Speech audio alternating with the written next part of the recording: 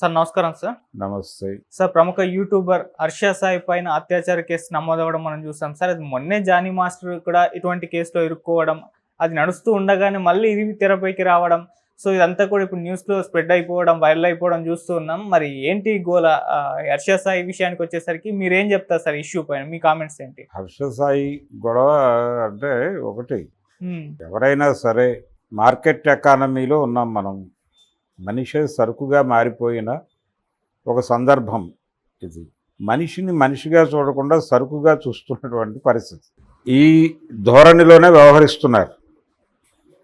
మీకిది మాకది అనే మాట ఎందుకు వస్తోంది అంటే, నీకు నేను ఈ ఫేవర్ చేశాను కాబట్టి నువ్వు నాకు ఈ ఫేవర్ చెయ్యి అని ఎలా అడగగలుగుతున్నారు ఓపెన్గా?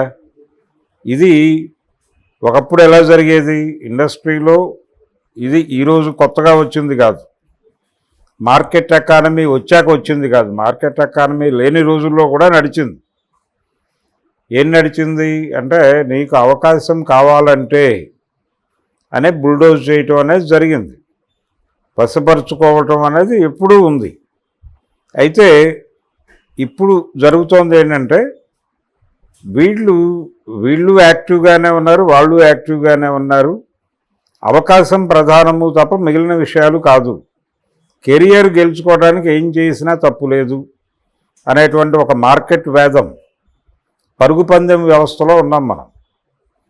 మార్కెట్ ఎకానమీ అంటేనే పరుగు పందెం వ్యవస్థ. నువ్వు ఎలా వెళ్ళావు అన్నది కాదు ముఖ్యం, సక్సెస్ అయ్యావా లేదా అన్నది మాత్రమే ముఖ్యం అనేది వేదం. మార్కెట్ వేదంలో మొదటి వాక్యం అది. సో మీరు రోడ్డు మీద వెడుతుంటే, గతంలో ఎలా ఉండేదంటే, ఒక వెహికల్ వేగంగా పెడుతుంటే పక్కవాడు కొంచెం స్లో చేసి పక్కకి ఆగేవాడు, ఒక్కొక్కసారి ఆపేసేవాడు వాళ్ళకి దారిచ్చి. ఒక అండర్స్టాండింగ్తో నడిచేది వ్యవస్థ. ఇప్పుడు అలా ఉండదు, అలా లేదు. మీరు రోడ్డు మీద వెహికల్తో ట్రావెల్ చేస్తున్నప్పుడు ఎవరు ఎవరి కోసము ఆగరు. యూటర్న్ దగ్గర యూటర్న్ చేసుకునేటువంటి వాహనాల కోసం అటునుంచి వచ్చే వాహనాలు వెసులుబాటు ఇవ్వవు. నువ్వు వెసులుబాటు చూసుకుని వెళ్ళాలి, నీ బాధ్యత అది. మేము నీకోసం ఆగం, ఎవరు దేనికోసం ఆగదు. మేము యూటర్న్ తీసుకునేటప్పుడు కూడా మేము నీ దయాదాక్షిణ్యాల కోసం వెంపర్లాడడం. నీ పద్ధతిలో నువ్వు వెళ్ళిపో, మేము మా పద్ధతిలో మేము నీతో కాంపీట్ చేస్తాం. ఇదే వేదం. మనిషి సైకాలజీ కూడా ఇలా మారిపోయింది. ఈ మారిపోయిన సందర్భంలో కెరియర్ ప్రధానం అయిపోయి ఇప్పుడు ఆరోపణలు ఎలా వస్తున్నాయి? ఈ సెక్షువల్ హెరాస్మెంట్కి సంబంధించి జరుగుతున్నటువంటి చర్చల్లో చాలామంది జ్ఞానులు ఏం మాట్లాడుతున్నారు? అమ్మాయిలు ఎలా ఉన్నారండి, వాళ్ళే ఇలాంటివి ప్రమోట్ చేస్తున్నారు, ప్రవోక్ చేస్తున్నారు, అసలు టార్గెట్ చేస్తున్నారు. ఈవెన్ జానీ మాస్టర్ కేసులో కూడా ఆవిడ ఎస్టాబ్లిష్ చేయదలుచుకుంది అదే కదా, సుమలత గారు. వాళ్ళు కెరియర్ కోసం ఏం చేయడానికైనా సిద్ధపడి వచ్చారు. వాళ్ళ మదర్ అమ్మాయిని రెగ్యులర్గా బ్రెయిన్ వాష్ చేసి పంపించేది. నువ్వెవరో ఒక ఇద్దరిని సినిమా పెద్దల్ని వశీకరించుకొని వశపరుచుకుని తద్వారా నువ్వు పెద్ద హీరోయిన్ అయిపోవు అని వాళ్ళ మదర్ రోజు ఆవిడని పుష్ చేసి పంపించేది. అందులో భాగంగానే మేము ఆ వల్ల పడ్డామనేది ఎస్టాబ్లిష్ చేయదలుచుకుంది ఆవిడ మాట్లాడింది ఆవిడ ఇంటర్వ్యూల్లో. సో ఆడపిల్లల్ని టార్గెట్ చేయటం అనే ప్రోగ్రాం ఇలా నడుస్తుంది. ఒకవైపు నైతిక కోణంలో, నైతిక ధార్మిక కోణంలో ఇదొక ప్రోగ్రాం ఉంది. అంటే ప్రస్తుతం ఆడపిల్లలు యాక్టివ్గా ఉన్నారు, చూజీగా ఉన్నారు, అవకాశాల కోసం పరుగులు పెడుతున్నారు, ఏం చేయడానికన్నా సిద్ధపడుతున్నారు. ఓకే, ఈ ఏం చేయడానికన్నా సిద్ధపడుతున్నారు అనే దగ్గర ఏం చేసినా భరిస్తారు అనేది కాదు కదా సెన్సు. ఆ ఏం చేసినా భరిస్తారు అన్నప్పుడు అని ఓవర్ యాక్షన్ చేసినప్పుడు వాళ్ళు రియాక్ట్ అయ్యే ప్రమాదాలు ఉంటాయి. అలా రియాక్ట్ అయిన కేసులో ఇవన్నీ. జానీ మాస్టర్ కేసును, ఈ హర్షసాయి కావచ్చు, 100 వస్తాయి ఇలాంటివి. అంటే ఇది ఎలా జడ్జిమెంట్లు ఇస్తున్నారు జనాలు బయట? ఆ అమ్మాయి ఏది జానీ మాస్టర్ కేసులో ఇంతకాలం భరించి ఇప్పుడు ఎందుకు వెళ్ళింది కోర్టుకి అంటే, దీని వెనకాల ఎవరైనా ఉన్నారా అంటే, ఆ అమ్మాయికి మానసికంగా స్థైర్యము ధైర్యము ఇప్పుడు చిక్కుండొచ్చు, లేదు సర్దుకుపోతూ వెళుతున్నటువంటి పరిస్థితుల్లో ఇక సర్దుకు పోలేని జంక్షన్కి వచ్చి ఉండొచ్చు. ఆ జంక్షన్ దగ్గర రిఫ్ట్ వచ్చేసి బయటకు వచ్చేసి పూర్తి స్థాయిలో అటాక్ చేద్దామని ప్రయత్నం చేసి ఉండొచ్చు. తప్పేం లేదు కదా. ఎప్పుడు బరస్ట్ అయింది అనేది వేరే విషయం. ఆ అమ్మాయి ఏం చేసింది? బరస్ట్ అయ్యి వెళ్ళి కేసు పెట్టింది. అంతకు మించి మనుషుల్ని పెట్టి అతన్ని చంపించే ప్రయత్నం చేయలేదు కదా. వెళ్ళి కేసు పెట్టింది గౌరవప్రదంగా. కోర్టు జరుపుతుంది కదా, విచారణ దర్యాప్తు జరుగుతుంది కదా. అది ఇప్పుడు జరుగుతుందా, 5 ఏళ్లకు తేలుతుందా అనేది వేరే విషయం. 10 ఏళ్లకు కూడా తేలొచ్చు. జగన్మోహన్ రెడ్డి గారి మీద కేసులు 15 ఏళ్ల నుంచి అతిగతి లేవు.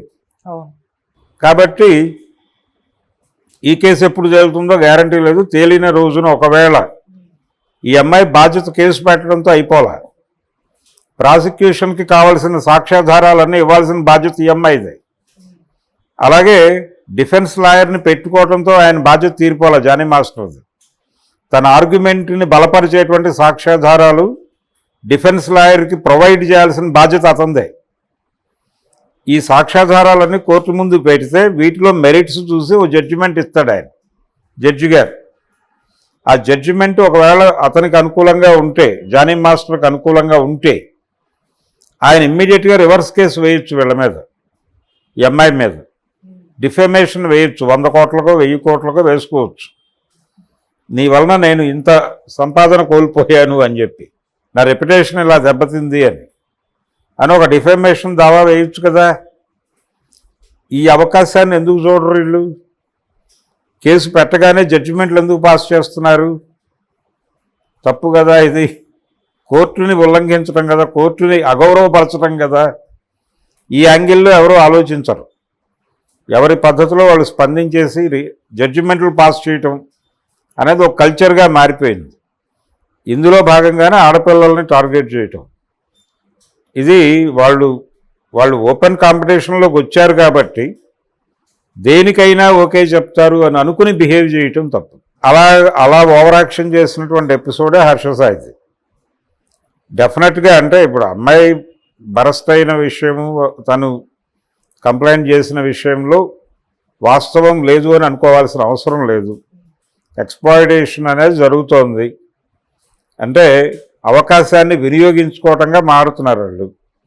ఇలా అవకాశాలని వినియోగించుకునే కార్యక్రమంలో భాగంగానే ఆ అమ్మాయి అంటే తను ఆ సినిమా ప్రమోషను, దాని తాలూకా హక్కులు నాకు ఇచ్చేయాలి, ఈ రకమైనటువంటి రకరకాల వేధింపులకి పాల్పడి ఉండొచ్చు.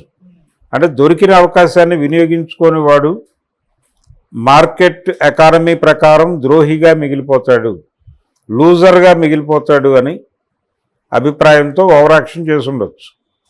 చేస్తున్నారు, చాలామంది చేస్తున్నారు. కనిపించని చాలా దారుణాలు జరుగుతున్నాయి. బయటకు తెర మీదకు వస్తున్నవి చాలా తక్కువ, తెర వెనుక చాలా జరుగుతున్నాయి, చాలా అఘాయిత్యాలు జరుగుతున్నాయి. చాలామంది జీవితాలని నలిపి నాశనం చేస్తున్నారు. కాబట్టి హర్షసాయి ఇష్యూ పెద్ద ఆశ్చర్యపోవలసిందేం కాదు. డెఫినెట్గా ఇలాంటి వాళ్ళని అంటే నా అభిప్రాయం అయితే ఈ సెక్షువల్ హెరాస్మెంట్స్ అనేది ప్రతి చోట జరుగుతోంది. ఇది సినిమా ఇండస్ట్రీలోనూ, లేకపోతే మీడియా ఇండస్ట్రీలోనూ, లేకపోతే ఐటీ ఇండస్ట్రీకో పరిమితమైంది కాదు. ఇది ప్రతి చోట ఉంది. ఈ ప్రతి చోట ఉంది కాబట్టి ఇప్పుడు ఫ్యామిలీ కోర్టులు ఎలాగైతే స్పెషల్గా పెట్టారో అదే పద్ధతిలో వర్క్ ప్లేస్లో సెక్షువల్ హెరాస్మెంట్స్ కేసులు మాత్రమే టేకప్ చేసేటువంటి ఒక వ్యవస్థ ప్రతి ఊళ్ళోనూ కనీసం ఒక కోర్టు ఉండాలి. ముఖ్యంగా కాస్మోపాలిటన్ లేకపోతే మెట్రోపాలిటన్ సిటీస్లో అయినా ఉండాలి. ఉంటే ఏమవుతుందంటే, దీనికి చట్టం వచ్చిందే ఈ మధ్య 2013లో ఎప్పుడో వచ్చింది అది. కాబట్టి చట్టం తీసుకొస్తే పని అయిపోదు, దాన్ని అమలు చేయటానికి ఇప్పుడు ప్రతి 10 మంది ఉద్యోగులు ఉన్నటువంటి ప్రతి ఆఫీస్లోనూ ఒక కమిటీ ఉండవలను అని కూడా ఉంది దానిలో, చట్టంలో. ఎన్ని ఆఫీసుల్లో ఉంది కమిటీలు? ఎవరా కమిటీల్లో ఉంటున్నారు? ఎవరికి చెప్పుకోవాలి వెళ్ళి? సినిమా ఇండస్ట్రీ వాళ్ళు ఈ మధ్య దాకా ఇప్పటికీ మాట్లాడుతున్నారు. రెడ్ బాక్స్లో మీరు కంప్లైంట్ పడేయండి, మేము చూసుకుంటాం, వాళ్ళ తాట తీసేస్తామని. ఏమీ తీయరు. సమన్ చేసే పవర్ లేదు వాళ్ళకి. సమన్ చేస్తే రావాలి అని ఉంది, కానీ సమన్ చేస్తే రాకపోతే తీసుకొచ్చి నించోబెట్టే మెకానిజం లేదు. అందుకని ఒక స్పెషల్ కోర్టు కావాలి. స్పెషల్ కోర్టులో ఈ రెడ్ బాక్స్లో పడిన పిటిషన్ ఇమ్మీడియట్గా అక్కడికి ఫార్వర్డ్ చేసి ఇది మాకు వచ్చినటువంటి కంప్లైంట్, దీని మీద చర్యలు తీసుకోమని వీళ్ళు ఒక కవరింగ్ లెటర్ రాస్తే దాని మీద ఆ కంప్లైంట్లో ఎవరి పేరైతే మెన్షన్ చేశారో ఫిర్యాదుదారు వాళ్ళని ఇమ్మీడియట్గా సమన్ చేసి అరెస్ట్ చేసి తీసుకొచ్చి బోన్లో నిలబెట్టేటువంటి మెకానిజం కోర్టుకు ఉంటుంది. సో ఆ మెకానిజం ఉన్నటువంటి స్పెషల్ కోర్టులు వస్తే తప్ప ఈ గోల తగ్గదు. ఓకే, అలా ఫాస్ట్ ట్రాక్లో క్రైమ్ విచారించి ఇమ్మీడియట్గా శిక్షలు పడిపోతే కొంత ఈ అగ్రెసివ్నెస్ తగ్గుతుంది. అప్పటికీ జరగచ్చు. ఇప్పుడు చాలామంది సినిమా వాళ్ళు ఏం మారుతున్నారు ఇప్పుడు కొత్తగా, ఇది రెగ్యులర్ ప్రొడ్యూసర్లు చేయరండి, ఇలాగా రెగ్యులర్ ప్రొడక్షన్ హౌసెస్లో ఇలాంటివి జరగవు, వాళ్ళు ఇలాంటివి జరగనివ్వరు. ఇవి ఇలాంటి యాక్టివిటీస్ చేయటం కోసమే, అంటే అమ్మాయిల్ని వాడుకోవచ్చు అనే ఉద్దేశంతోనే సినిమాలు తీయడానికి వచ్చేవాళ్ళు కొంతమంది ఉంటారు, వాళ్ళు చేస్తారు ఇలాంటి పనులు. దానివల్ల మా ఇండస్ట్రీకి చెడ్డ పేరు వస్తుందని మారుతున్నారు కొంతమంది ఛాంబర్లో పెద్దలు. అది తప్పే, అది రాంగ్ ఆర్గ్యుమెంటే. అంటే మీరు అడ్మిట్ చేస్తున్నారు మా దగ్గర జరుగుతున్నాయి. ఇంకోవైపు ఇంకొంతమంది సినిమా పెద్దలు ఏం మాట్లాడుతున్నారు, జరుగుతాయి కానీ మేము ఇంటర్నల్గా మాట్లాడి సాల్వ్ చేసేస్తాం, పరిష్కారం అయిపోతున్నాయి కేసులు అని చెప్తున్నారు. పరిష్కారం అవుతున్నాయంటే సెటిల్మెంట్ చేస్తున్నారు మీరు.